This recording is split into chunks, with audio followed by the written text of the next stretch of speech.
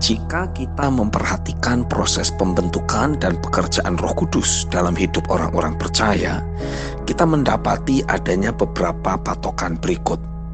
Yang pertama, Roh membawa kita mengalami kelahiran baru. Saat kita mengakui dosa-dosa kita dan percaya pada karya penebusannya, kita dimerdekakan oleh Roh Kudus dari kuasa ikatan dosa. Kita dibawa mati bersama Kristus supaya mengalami kebangkitan bersama Kristus juga. Dosa tidak lagi berkuasa atas hidup kita. Tapi dari pihak kita dibutuhkan ketekunan untuk membangun suatu pola pikir dan dasar keyakinan yang diselaraskan dengan firman. A. Roma 6 ayat 11 sampai 13. Dengan aktif, kita harus selalu menolak setiap kali godaan dari dosa mendatangi hidup kita. Pastikan aspek ketertarikan, asosiasi atau pergaulan, dan kebiasaan yang kita miliki terus ditarik ke arah kebenaran. B.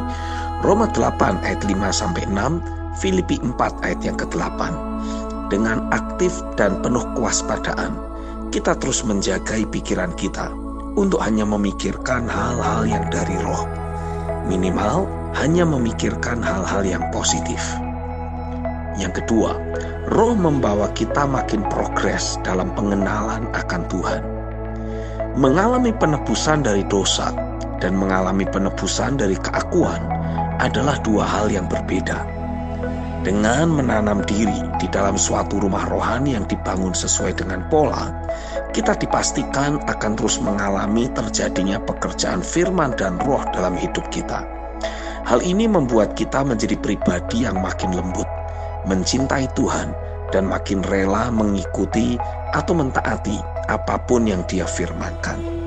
Secara perlahan tapi pasti, kita menjadi semakin dimiliki oleh Allah sendiri. Roh Kudus membawa kita untuk jadi semakin mengenali dan merindukan berbagai realita dari kebenaran dan perkara-perkara rohani. Hati yang mati-matian, gila-gilaan, habis-habisan jadi semakin terbangun nyata dalam kehidupan sehari-hari kita. Kita mulai mewarisi hasrat yang berkobar-kobar untuk mengejar hal-hal rohani. Belajarlah untuk terus mengikuti setiap dorongan yang Roh Kudus lakukan dalam batinmu. Yang ketiga, Roh membawa kita menikmati kehidupan sehari-hari yang selalu berkemenangan. Kita semakin dibawa berinteraksi dengan berbagai perkara atau peristiwa supernatural. Kita menikmati realita dari Christ in you dalam kehidupan sehari-hari. Kita dibawa untuk hidup mengikuti tuntunan Roh. Kesadaran akan hadirat Tuhan, dinamika dan manuver Roh jadi semakin nyata dan terasa dalam batin kita. Dengan mudah kita bisa terus mengeliminasi berbagai godaan dan tipu daya si jahat.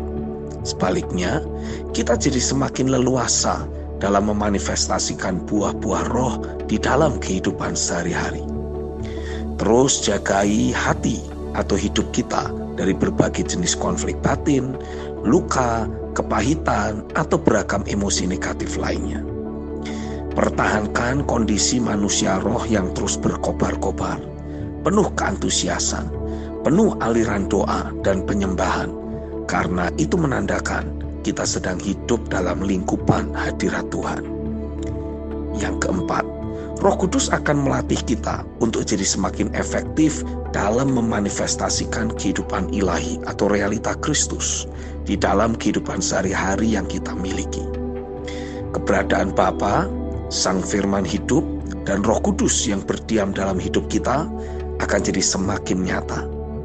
Tuhan akan berkata-kata melalui mulut kita, memandang orang-orang yang ada dengan mempergunakan mata kita, menjangkau dan menjamah kehidupan orang-orang yang berinteraksi dengan diri kita melalui tangan kita. Roh membawa kita untuk berfungsi sebagai bait-Nya yang kudus, sebagai kemah Allah di bumi ini. Amin.